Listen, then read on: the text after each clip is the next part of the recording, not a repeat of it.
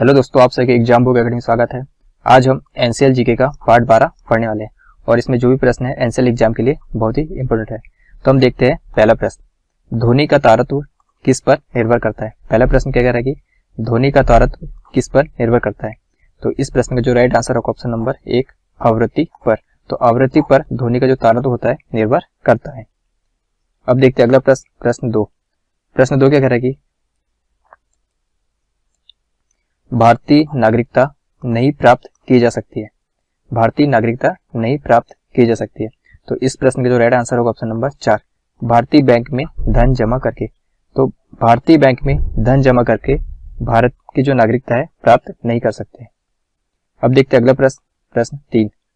प्रश्न 3 क्या कह रहा है कि हर्षवर्धन के शासनकाल में किस चीनी यात्री ने भारत की यात्रा की थी। प्रश्न 3 क्या कह रहा है कि हर्षवर्धन के शासनकाल में किस चीनी यात्री ने भारत की यात्रा की थी। तो इस प्रश्न का जो राइट आंसर होगा ऑप्शन नंबर 2, हेनसोंग ने। तो हर्षवर्धन के शासनकाल में हेनसोंग ने भारत की यात्रा की थी।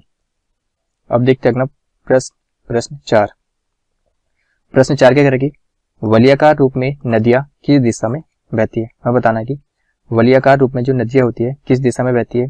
तो इस प्रश्न का जो राइट आंसर होगा ऑप्शन नंबर 3, वलय के समान।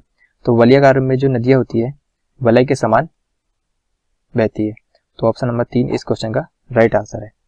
अब देखते हैं अगला प्रश्न, प्रश्न 5। प्रश्न 5 क्या कह रहा है कि नेटवर्कों के नेटवर्क को क्या कहा जाता है। हमें बताना है कि नेटवर्कों के नेटवर्क को क्या कहा जाता है। तो इस प्रश्न का जो राइट आंसर होगा ऑप्शन नंबर 4, इंटरनेट। तो नेटवर्कों के नेटवर्क को इंटरनेट कहा जाता है। अब देखते हैं अगला प्रश्न, प्रश्न 6।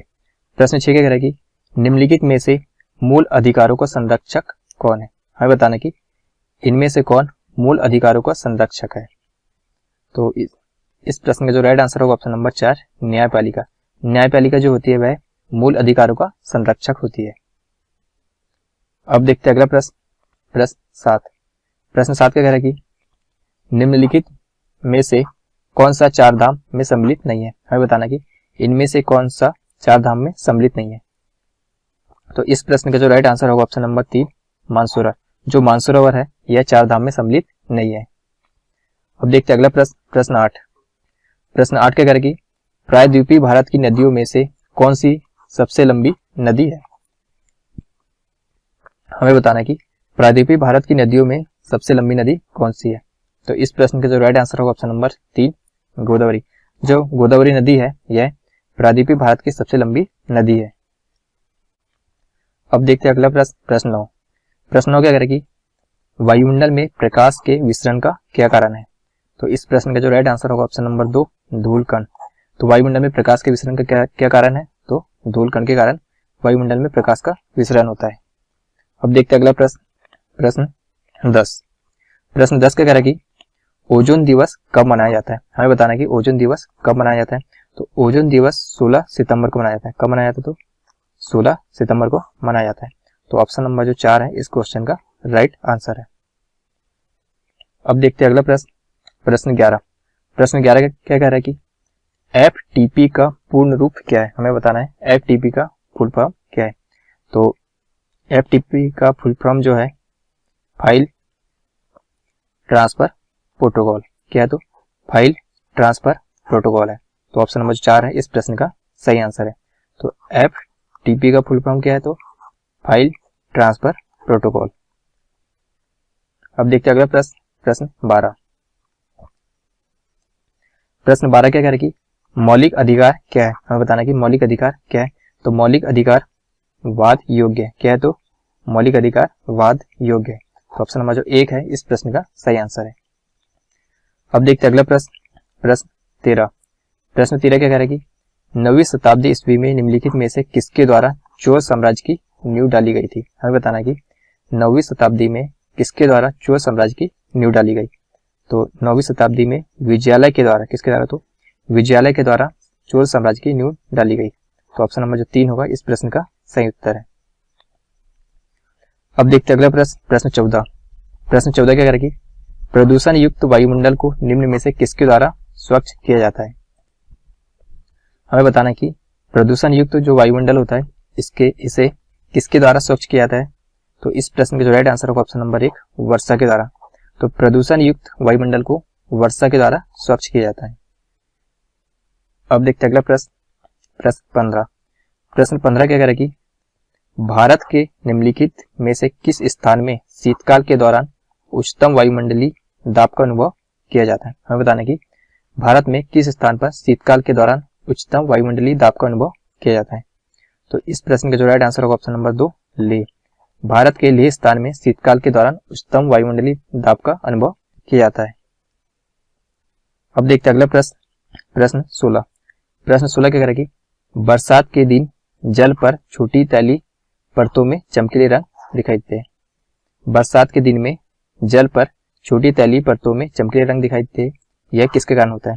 तो इस प्रश्न का जो राइट आंसर होगा ऑप्शन नंबर 2 परिक्षेपण के कारण होता है। अब देखते हैं अगला प्रश्न, प्रश्न 17। प्रश्न 17 क्या कह रहा है कि अंतरराष्ट्रीय अहिंसा दिवस कब मनाया जाता है। हमें बताना कि अंतरराष्ट्रीय अहिंसा दिवस कब मनाया जाता है।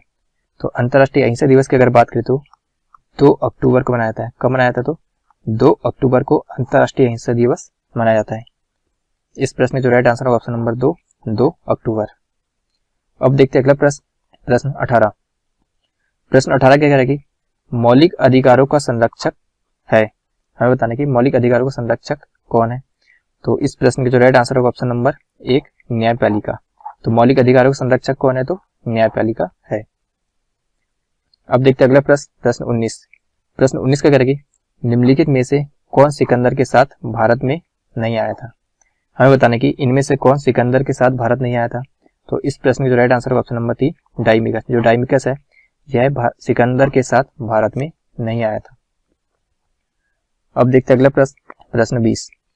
प्रश्न 20 क्या कह रहा है कि वर्षा होने के 30 से 40 मिनट के बाद इकट्ठा किया गया वर्षा जल पीने योग्य नहीं होता है, क्योंकि। हमें बताना कि वर्षा होने के 30 से 40 मिनट के बाद इकट्ठा किया गया जो वर्षा जल होता है पीने योग्य नहीं होता है, किस कारण से। तो इस प्रश्न में जो राइट आंसर होगा ऑप्शन नंबर 3 उसमें खनिजों की कमी होती है। तो वर्षा होने के 30 से 40 मिनट के बाद इकट्ठा किया गया वर्षा जल पीने योग्य नहीं होता है, क्योंकि उसमें क्या होती है कि जो खनिज होते हैं उसकी कमी होती है। अब देखते हैं अगला प्रश्न, प्रश्न 21। प्रश्न 21 क्या कह रहे हैं कि डेल्टोनिज्म जिसे प्रोटेनोपिया एक प्रकार की वर्णांता है, उसमें रोगी कौन सा रंग नहीं देख पाता है। वर्णांता रोगी को हरा रंग, लाल रंग और नीला रंग ये तीनों रंग दिखाई नहीं देते हैं। तो ऑप्शन नंबर 4 होगा इस प्रश्न का राइट आंसर है। अब देखते हैं अगला प्रश्न, प्रश्न 22। प्रश्न 22 क्या कह रहा है कि अर्थशास्त्र में नोबेल पुरस्कार किसने स्थापित किया। हमें बताना कि अर्थशास्त्र में नोबेल पुरस्कार किसने स्थापित किया। तो इस प्रश्न का जो राइट आंसर होगा ऑप्शन नंबर 2 स्वीडन का सेंट्रल बैंक। कौन सा, तो स्वीडन का सेंट्रल बैंक ने अर्थशास्त्र में नोबेल पुरस्कार स्थापित किया था। अब देखते हैं अगला प्रश्न, प्रश्न 23। प्रश्न 23 क्या करेगी भारतीय संविधान के किस निम्नलिखित भाग में मौलिक कर्तव्यों का उल्लेख है। हमें बताना कि भारतीय संविधान के किस भाग में मौलिक कर्तव्य का उल्लेख है। तो मौलिक कर्तव्य की बात करें तो भाग 4 का क में, किसमें, तो भारतीय संविधान के भाग 4 के क में मौलिक कर्तव्य का उल्लेख किया गया है। तो ऑप्शन नंबर जो 4 है इस प्रश्न का राइट आंसर है।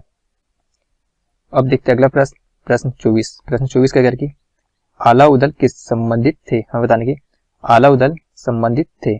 तो इस प्रश्न का राइट आंसर होगा ऑप्शन नंबर 3 महोबा से। तो आला उदल महोबा से संबंधित थे।